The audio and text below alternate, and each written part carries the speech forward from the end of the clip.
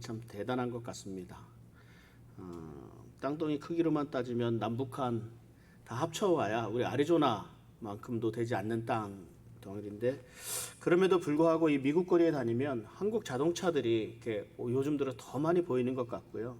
사람들 손에 이렇게 한국산 셀폰을 다 들고 있습니다.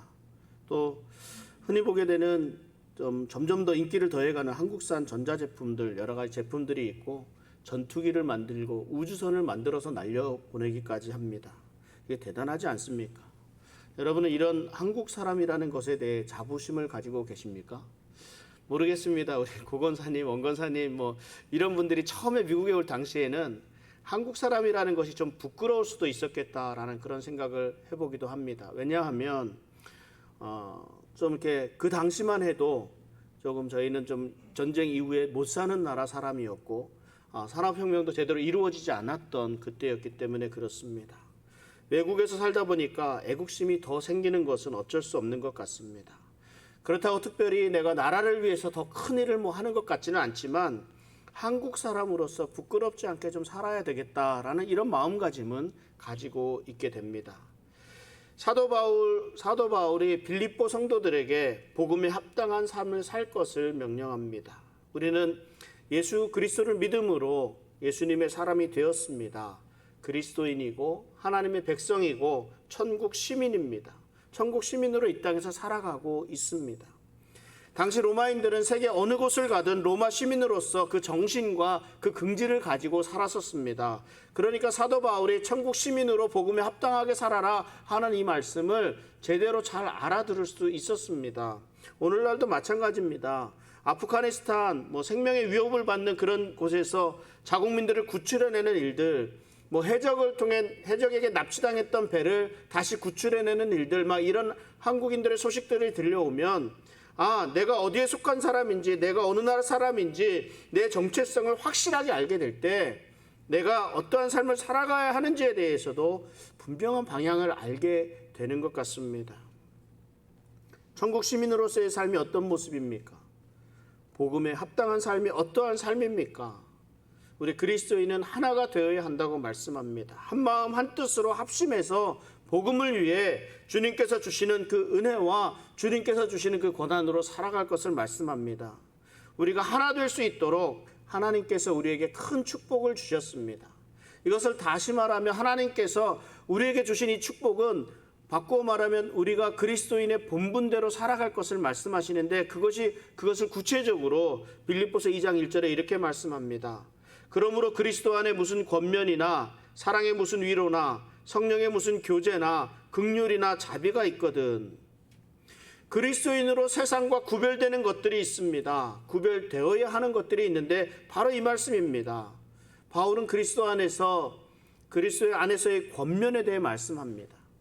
예수님을 받아들인 이후에 우리들의 삶의 가치관이 바뀌었습니다. 이제 예전 것은 지나갔고 새로운 삶을 받아들여야 합니다. 이 새로운 삶은 하나님께서 기뻐하시는 삶입니다. 이 새로운 삶은 하나님의 뜻을 따라 살아가는 삶을 의미합니다. 하나님의 말씀이 나를 돌아볼 수 있는 기준이 됩니다. 하나님의 말씀으로 내 삶을 비추고 내 삶을 다스리고 그 하나님의 말씀에 순복해야 합니다. 그리고 또한 하나님의 말씀을 세상을 향해, 이웃을 향해, 또 우리들이 가지고 있는 물질에 관해서, 자녀 교육에 관해서, 부부의 삶에 관해서 하나님의 말씀 등에 비추어 살펴볼 수 있어야 합니다. 하나님의 말씀은 분명하게 우리에게 세상과는 다른 그런 가치관을 가지게 합니다.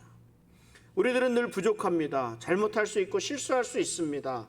그래서 우리 그리스도인들은 누군가가 연약해질 때, 누군가가 잘못된 길을 가고 있을 때 서로가 서로에게 권면할 수 있습니다. 왜냐하면 우리가 권면할 수 있는 그 기준이 하나님의 말씀이고, 이 하나님의 말씀이라는 분명한 기준이 우리 모두의 삶의 기준이 되기 때문에 그렇습니다.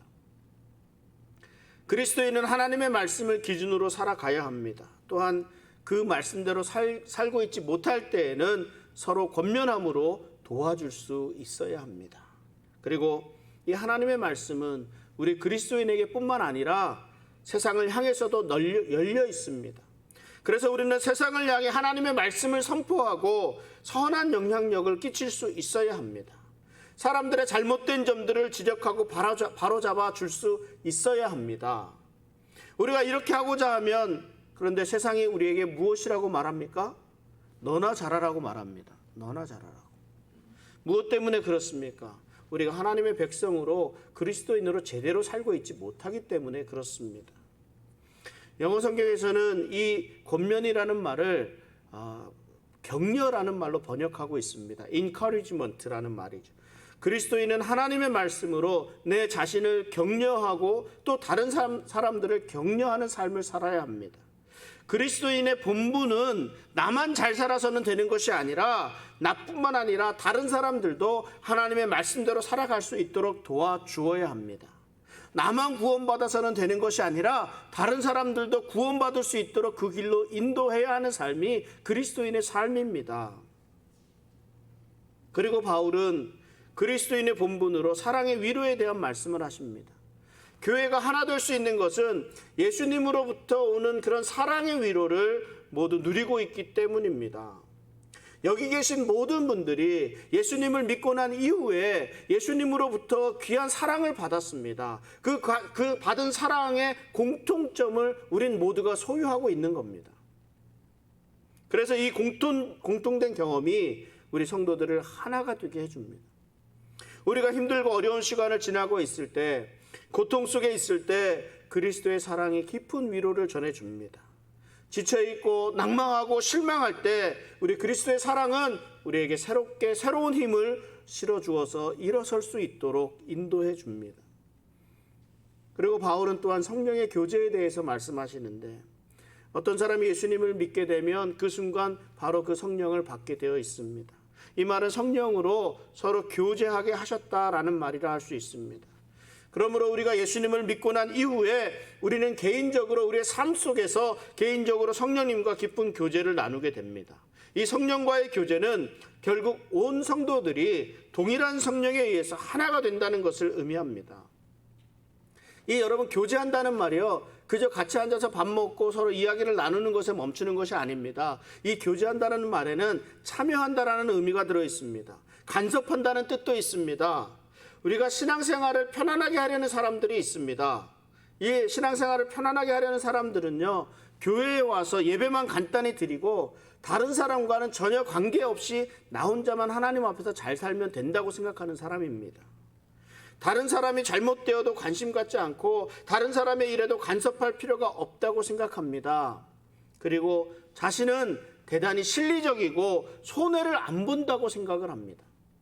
자기만의 성을 쌓고 살아가는 사람들이라 할 수 있습니다. 그러나 이런 분들은요, 성령님이 어떤 분이신지 모르기 때문에 이렇게 행동하고자 합니다. 사도행전 1장 8절에서 오직 성령이 너희에게 임하시면 너희가 권능을 받고 하시는 말씀이 있습니다. 이 성령이 임하시면 권능을 받습니다. 이 권능이라는 말이 다이너마이트와 같은 폭발력을 가지고 있다는 말입니다. 성령께서 임하시면 성령께서 나 혼자 편히 살도록 내버려 두지 않으십니다. 우리 주변의 잘못된 점을 고치려는 열망, 다른 이들의 부족한 것을 채워주고자 하는 그런 열망, 예수님을 모르고 죽어가는 사람들에 대한 안타까운 마음으로 세상을 향해 달려가고자 하는, 세상 사람들을 향해 복음의 열정을 가득 안게 되는 이 마음, 이런 것들이 다 성령께서 우리에게 주시는 마음입니다. 우리 안에 계시는 성령님은 그래서 우리에게 이러한 일들에 참여하도록 하십니다.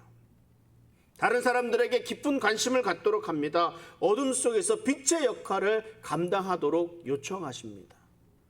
저희가 이민교회를 하다 보니까 사람들의 마음속 깊이 있는 상처들을 보게 됩니다. 이 대부분의 상처들은요, 다른 어떠한 일에서 오는 상처들이 아니라 사람들에게서 오는 상처들입니다.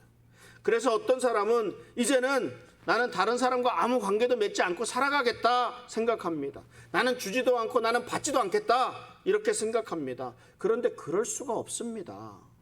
왜요? 우리가 예수님을 믿고 난 이후에 우리 안에 계신 성령님께서 우리를 가만히 놔두지 않으시기 때문에 그렇습니다. 그래서 우리는 성령의 띠로 하나가 된 겁니다. 하나가. 예레미야서를 읽으면서 예레미야 선지자의 고통을 그대로 공감하게 됩니다. 하나님은 예레미야에게 그 나라가 곧 멸망할 것을 외치게 하셨습니다. 나라가 멸망한다고 외치니까 사람들이 이 예레미야를 미워합니다. 그리고 이 때문에 예레미야는 곤욕도 치르게 되고 옥에 갇히게도 됩니다. 고통스럽습니다. 그래서 이렇게 다짐합니다. 나는 이제 하나님의 말씀을 전하지 않으리라. 나는 절대 이제 하나님 말씀 전하지 않겠다고. 그런데 어떻게 되었습니까? 내 속에 여호와의 신이 불방망이로 내 마음을 때린다라고 고백합니다. 말하지 않고는 견딜 수 없게 만드셨다고 고백하고 있습니다. 예레미야의 속에서 불방망이로 예레미야의 마음을 때리신 성령님이 오늘 저와 여러분의 안에 계신 성령님이십니다. 이 동일한 성령님이세요. 그리고 우리로 하여금 다른 사람들을 위해 섬기고 사랑하고 이 사랑의 교제를 나누도록 요청하시는 분도 우리 안에 계신 성령님입니다. 세상에는 다른 사람들 일에 관심이 없습니다. 그저 나만 잘 살면 됩니다. 그러나 그리스도인의 본분은 나만 잘 살면 되는 것이 아니라 다른 사람들도 함께 잘 살아야 합니다. 그런데 안타까운 것은 교회 안에서도 다른 사람들에게 무관심한 사람들이 많이 있다는 사실입니다.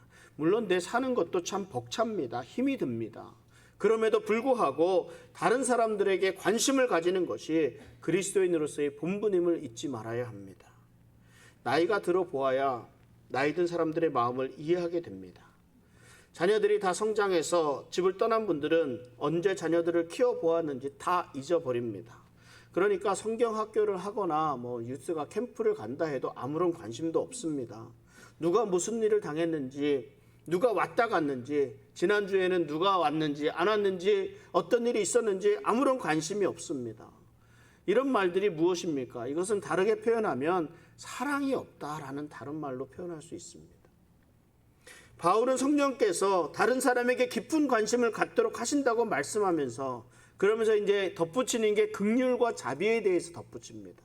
이 긍휼이라는 말은 다른 사람들의 필요나 다른 사람들의 감정에 민감한 것을 가리키고, 자비는 다른 사람의 슬픔에 공감을 하면서 그 슬픔을 덜어주고 싶어 한다는 것을 의미합니다. 그래, 이런 관심이 우리 교회 공동체를 하나가 되게 합니다. 하나님이 우리 벨리 한인 장로 교회로 우리를 모아주신 그 이유가 우리가 하나의 지체가 되어서, 하나가 되어서 서로 사랑하며 섬길 수 있도록, 사랑의 교제를 나눌 수 있도록 하신 것입니다. 하나님을 의지하고 서로 권면하며 서로 격려하고 사랑의 교제를 통해 서로 관심을 갖고 긍휼과 자비하심으로 그리스도인의 아름다운 공동체를 세워갈 수 있기를 바랍니다. 바울은 빌립보 교인들을 통해서 큰 기쁨을 얻었습니다. 이 빌립보 교인들에게 임한 사랑의 교제, 서로 권면하며 긍휼과 자비함으로 하나가 된 것을, 그 축복하심을 보고 기뻐합니다. 그러나 그럼에도 불구하고 빌립보 교회 안에 하나 되는 것이 부족하다는 것을 알았습니다. 2장 3절에 보니까 아무 일에든지 다툼이나 허영으로 하지 말고 오직 겸손한 마음으로 각각 자기보다 남을 낮게 여기고 말씀합니다. 그러니까 이 말씀은 빌립보 교인들 간에 서로 사람들에 대해서 잘못된 영적인 우월감을 가지고 있는 사람들이 있었다는 말입니다. 다른 사람들과 화합해서 일하지 않고 있었다는 말입니다. 빌립보 교인들에게 그리스도인으로서 서로 권면하고 사랑의 위로와 그런 교제로 긍휼과 자비함으로 하나 되는 축복이 있습니다. 분명히 있습니다. 그럼에도 불구하고 빌립보 교인들 간에 이 다툼과 허영으로 분열되고 있는 그런 문제들도 있음을 알았습니다. 그래서 바울이 이 빌립보 성도들이 완전하게 하나가 되는 것을 요청합니다. 그래서 교회가 화합될 거, 하나 되는 것이 어떻게 해야 될지를 구체적으로 설명하고 있는데 2장 2절 말씀입니다. 마음을 같이하여 같은 사랑을 가지고 뜻을 합하며 한 마음을 품어. 그러니까 성도들은 마음을 같이해야 합니다. 이것이 모든 일에 의견을 똑같이 해야 된다는 말이 아닙니다. 한 마음을 품으라고 하는 것은 2장 5절에 이렇게 설명합니다. 너희 안에 이 마음을 품으라 곧 그리스도 예수의 마음이니. 우리 교회의 목회 방향이 보십시오. 예수님을 닮아가는 공동체를 이루어가는 것입니다. 그리스도인은 예수님의 삶을 통해서 알게 된, 예수님의 그런 삶의 태도와 예수님의 사고방식, 이런 것들을 알고 그것을 본받아서 내 것으로 삼아야 합니다. 그래서 예수님을 닮아가야 한다는 겁니다. 많은 사람들이 내 기분이나 내 삶을, 내 태도를 나는 어쩔 수 없어, 통제할 수 없다라고 말을 합니다. 내가 지금 나는 교회 일할 기분이 아니다, 이렇게 말을 해요. 내 기분이, 내가 지금 예배 드릴 기분이 아니야. 어떻게 예배를 드릴 수 있겠어? 무슨 일에든 하나님 중심, 말씀 중심, 교회 중심으로 결정하고 판단하라고 말씀을 드립니다. 그런데도 많은 분들이 내 중심적인 삶을 먼저 선택하고 그 다음으로 교회의 일들을 선택합니다. 결국은 어떻게 되는 거예요? 하나님보다 나를 앞세우는 삶이 되고 맙니다. 그런데 로마서 8장 5절에 무엇이라고 말씀하고 있습니까? 육신을 따르는 자는 육신의 일을, 영을 따르는 자는 영의 일을 생각하나니. 예수님께서는 하나님의 일을 따라가서 살아가셨습니다. 하나님의 말씀에 순종하고 하나님의 말씀하신 그대로 살아가셨습니다. 그러니까 우리도 예수님을 따라 살아가야 합니다. 하나님의 뜻, 하나님의 일을 따라서 살아가야 하고 하나님의 말씀하신 것에 순종하면서 살아가야 합니다. 여러분, 예수님에 대해서 한번 생각해 보세요. 예수님이 만약에 불평불만이 가득한 사람이라고 상상해 보십시오. 예수님이 침대에서 따분하다고 늦잠이나 자고 좀 더 자자, 좀 더 졸자라고 한다고 생각해 보십시오. 한번 무슨 생각이 드십니까?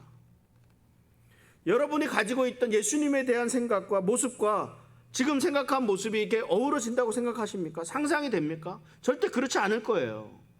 왜요? 예수님에게는요, 불평불만이라는 말이 어울리지가 않습니다. 예수님에게서 게으른 예수님의 모습은 참 어울리지 않는 모습입니다. 그렇다면 여러분도 그렇게 돼야 된다라는 말입니다. 여러분도 불평불만이 아니라 여러분도 게을러서는 안 된다, 이 말입니다. 예수님처럼 하나님의 일에 대한 열정을 가지고 있어야 합니다. 예수님처럼 하나님 아버지께서 매 순간 인도하신다는 그 확신을 가지고 하나님 아버지의 말씀대로 살아갈 수 있어야 한다는 말입니다.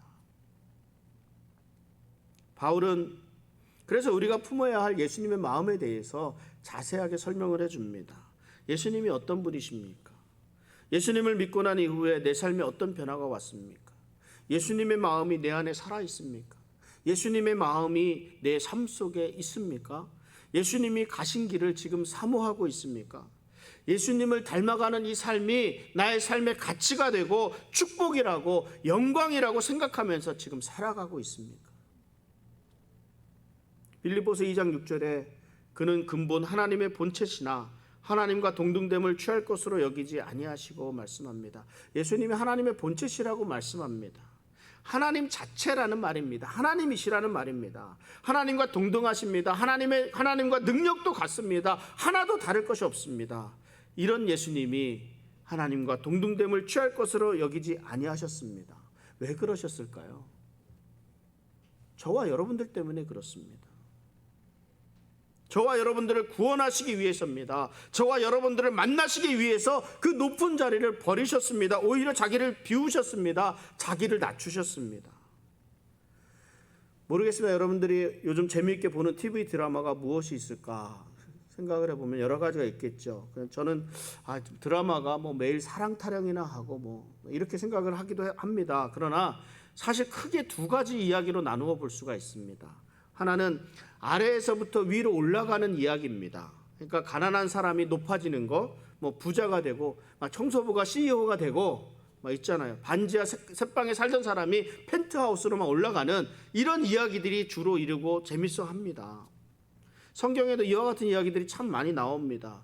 요셉의 이야기, 룻의 이야기, 다윗의 이야기. 그러니까 연약한 사람들, 좀 부족한 사람들, 가난한 사람들, 사회에서 존중받지 못하던 사람들이 어떻게 권력과 축복을 누리는 자리에 올라갔는지 보여주는, 이건 좀 환상적인 이야기 아니겠습니까? 그리고 또 다른 이야기는 완전히 반대되는 이야기죠. 높은 곳에서 낮은 구렁으로 떨어지는 이야기입니다. 영광의 자리에서 수치의 자리로, 권력의 자리에서 가장 낮은 자리로, 약한 자리로, 왕의 자리에서 종의 자리로 바뀌어지는 그런 이야기들이 있습니다. 예수님의 이야기가 그렇습니다.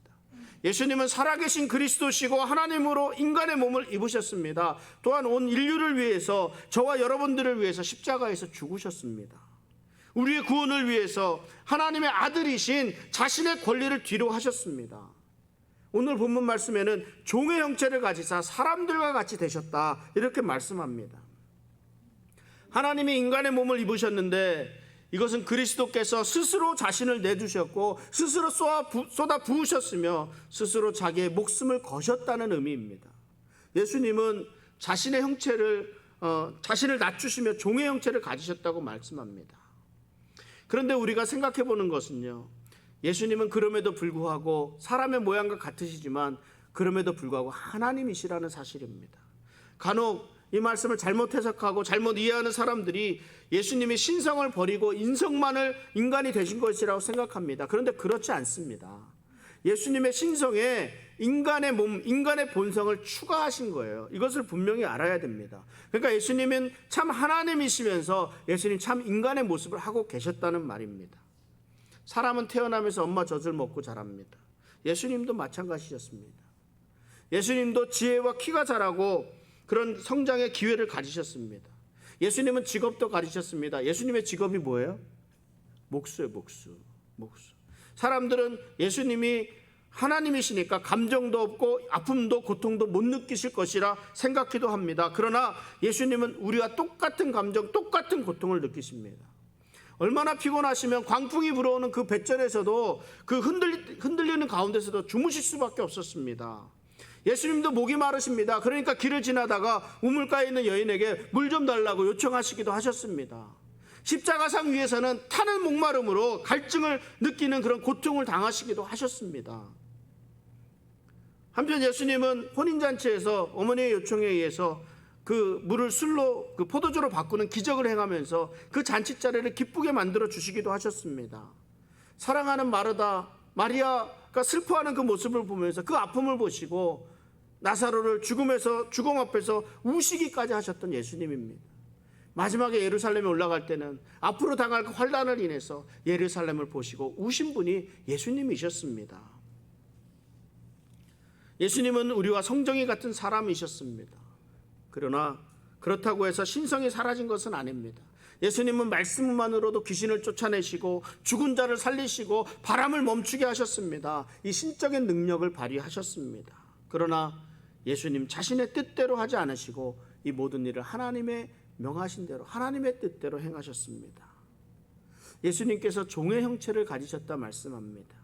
세상에 나타나신 예수님은 왕궁의 왕자나 또 훌륭한 왕, 아니면 부유한 사람, 학식이 높은 교사 등 이런 위치에 오신 분이 아니었습니다. 예수님은 인자가 온 것은 섬김을 받으려 함이 아니라 도리어 섬기려 하고 자기 목숨을 많은 사람의 대속물로 주려 함이라 말씀하셨습니다. 예수님은 다른 사람을 섬기는 모습으로 그 신분으로 종의 신분으로 오셨습니다. 여러분, 사람들은 누구나 높은 곳에 올라가기를 좋아합니다. 좀 더 많은 돈을 가지려고 합니다. 사회적으로 더 올라가기를 소원합니다. 그러나 예수님은 하나님이심에도 불구하고 사람의 모양으로 자신을 낮추시고 죽기까지 복종하셨습니다. 하나님을 겸손히 섬기는 순종의 자세를 취하셨습니다. 복종하셨습니다. 이 복종이 평범한 복종이 아니라 죽기까지 복종하셨습니다. 십자가라는 가장 비천하고 가장 고통스러운 죽음에 복종하셨습니다. 사람들은 이러한 예수님의 모습이 끝이라고 생각했습니다. 더 이상 아무 소망이 없을 것이라 생각했습니다. 그러나 3일 후에 그 무덤의 문이 열렸습니다. 예수님이 부활하셨습니다. 하나님은 세상에서 낮아지고 또 낮아지신 예수님을 위해 이 하나님께서 모든 이름 위에 뛰어난 이름을 주셨습니다. 하나님께서 예수님을 낮추신 것이 아니었습니다. 예수님께서는 스스로 자신을 낮추신 것입니다.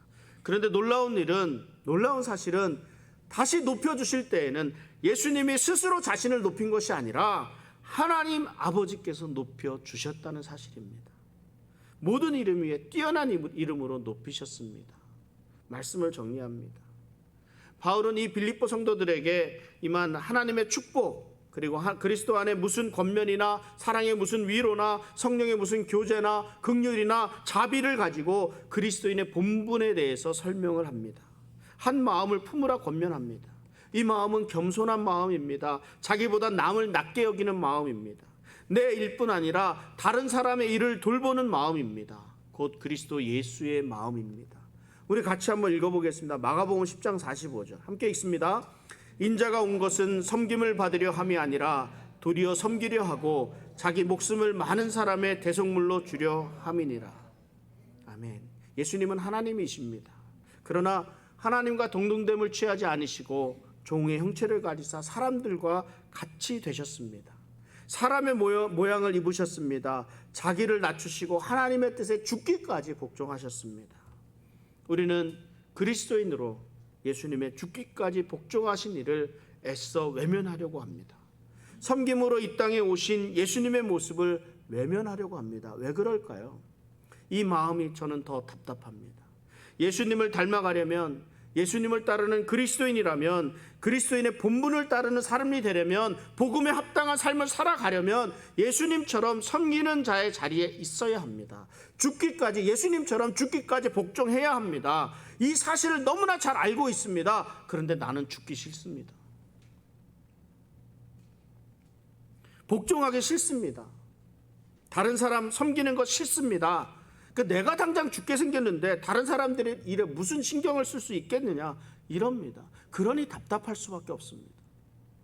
알면서도 안 하고 있으니까 내 삶이 얼마나 답답하겠습니까? 아는데도 못하니까. 내 안에 계신 성령님은 그런데 다른 사람들을 돌보라고 자꾸 내 안에서 격려하십니다. 낮아지라고 말씀하십니다. 섬기라고 말씀하십니다. 이 말씀에 귀를 기울이고 순종해야 되는데 자꾸만 내 안에 내가 살아있어서 자꾸만 도망하려고만 합니다. 좀 더 편안하게, 좀 더 나만을 위해 나만을 위한 삶을 살아가려고 합니다. 그러니까 내 안에서 계속 갈등이 일어날 수밖에 없습니다. 그런데 이것 아셔야 합니다. 예수님은 하나님께서 강제로 낮추신 것이 아니라는 말입니다. 예수님이 강제로 섬기는 자리로 내려가신 것이 아닙니다. 예수님은 하나님의 말씀에 기쁨으로 순종하셨습니다. 죽기까지 복종하셨습니다. 십자가의 고통을 온몸으로 감당하셨습니다. 세상의 가장 비천한 곳까지 내려가셨습니다. 이것은 스스로 하신 일이라는 거예요. 예수님께서 기쁨으로 감당하신 일이라는 겁니다. 그런데 놀라운 것은 이러한 예수님을 그 가장 비천하고 가장 낮은 자리에서 하나님께서 높여주셨습니다. 모든 이름 위에 뛰어난 이름을 주셨습니다. 하늘에 있는 자들과 땅에 있는 자들과 땅 아래에 있는 자들로 모든 무릎을 예수의 이름 앞에 꿇게 하셨습니다. 바울은 이 빌립보 성도들에게 이러한 예수 그리스도의 마음을 품으라고 권면합니다. 예수님의 낮아지시는 마음, 하나님의 뜻에 순종하시는 마음, 그 마음을 품으라고 권면합니다. 예수님처럼 기쁜 마음으로 섬기는 자의 자리로 내려갈 수 있기를 바랍니다. 겸손한 마음으로 자기보다 남을 낮게 여기는 그런 성도님들이 되시기를 바랍니다. 나를 돌볼 뿐만 아니라 다른 사람들의 일을 돌아볼 수 있는 우리 성도님들이 되시기를 바랍니다. 이 모든 일을 예수님처럼 기쁜 마음으로, 자원하는 마음으로 기꺼이 순종하는 우리 성도님들의 삶 되시기를 주님의 이름으로 축원합니다. 기도하겠습니다. 하나님,